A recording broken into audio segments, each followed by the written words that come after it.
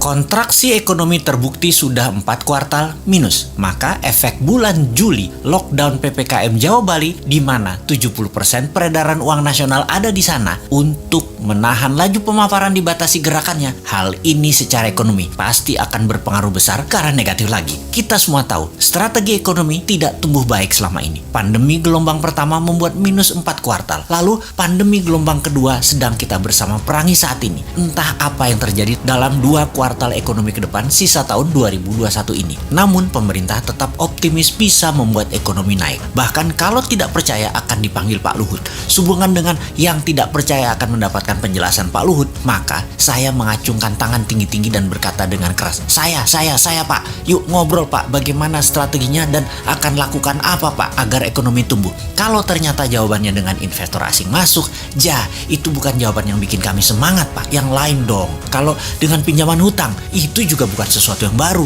7 tahun ini hutang naik jadi 6.500 triliun dari 2.700 triliun sisa Pak SBY. Itu juga bukan sesuatu yang wah, malah sesuatu yang loh. Jadi kalau ada yang tidak percaya mau dengar langsung dari Pak Luhut, terang saya menjadi orang nomor 1 ingin penjelasan. Saya Pak, kami berharap strategi baru yang dipakainya, bukan yang kemarin-kemarin yang terbukti membuat 4 kuartal minus, juga bukan yang membuat impor bertambah naik, juga bukan membuat tenaga kerja asing bertambah banyak di Indonesia. Yang baru Pak, yang segar, ada Pak. Juga bukan seperti selama 7 tahun ini telah berjalan memainkan kekuatan politik. Pernah membelah Golkar jadi 2 di awal dulu, membelah PKS jadi 2, membelah Demokrat jadi 2, membelah P3, membelah PAN, baik langsung ataupun tidak langsung, mendukung atau mendiamkan perpecahan politik terjadi. Jangan lagi seperti itu. Jangan terlalu berpolitiklah bernegara. Utamakan keselamatan rakyat, humanitarian. Ekonomi juga jangan terlalu mementingkan asing lah. Hutang, investor asing, kedua hasil bumi, sumber daya alam, tanah air, tenaga kerja asing, pajak mencekik. Dukunglah dengan mempermudah. Seperti izin di BPOM misalnya. Ada ribuan izin yang nyangkut tahunan di sana.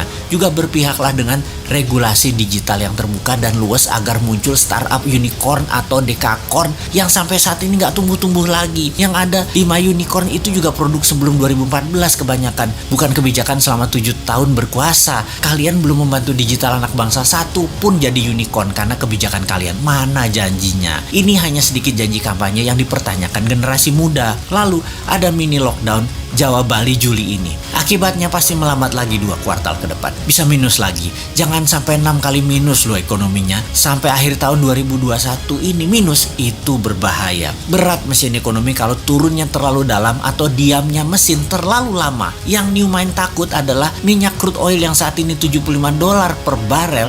Akhir tahun ini mendekati $100 per barel. Mati kita. Sudah dolar kurang jumlahnya di tanah air. Dagang pakai yuan. Sementara Amerika dan dunia Arab tetap petrodolar. Beri petrol ya pakai dolar. Lah kalau rupiah jadi 17.000 terhadap dolar karena perlu dolar dan dolar langka, nggak ada dolar masuk karena yuan yang masuk. Beli minyak 800.000 barel per hari pakai apa bayarnya? Apa mau Saudi dibayar pakai yuan? Ya enggak lah. Yuan belum multi currency, baru 1,7% transaksi dunia yang pakai yuan. Cukup nekat sih analisa meyuankan transaksi dan tergantung satu negara Tiongkok mitra dagangnya, padahal Tiongkok bukan penyedia semua macam-macam kebutuhan, terutama kebutuhan energi. Cina nggak punya energi, Cina aja import. Berat nih kalau crude oil mendekati $100 per barelnya di akhir tahun 2021 ini. Di sisi lain, COVID mudah-mudahan melandai sejak akhir Juli ini. Semangat vaksin kita dukung kok bos.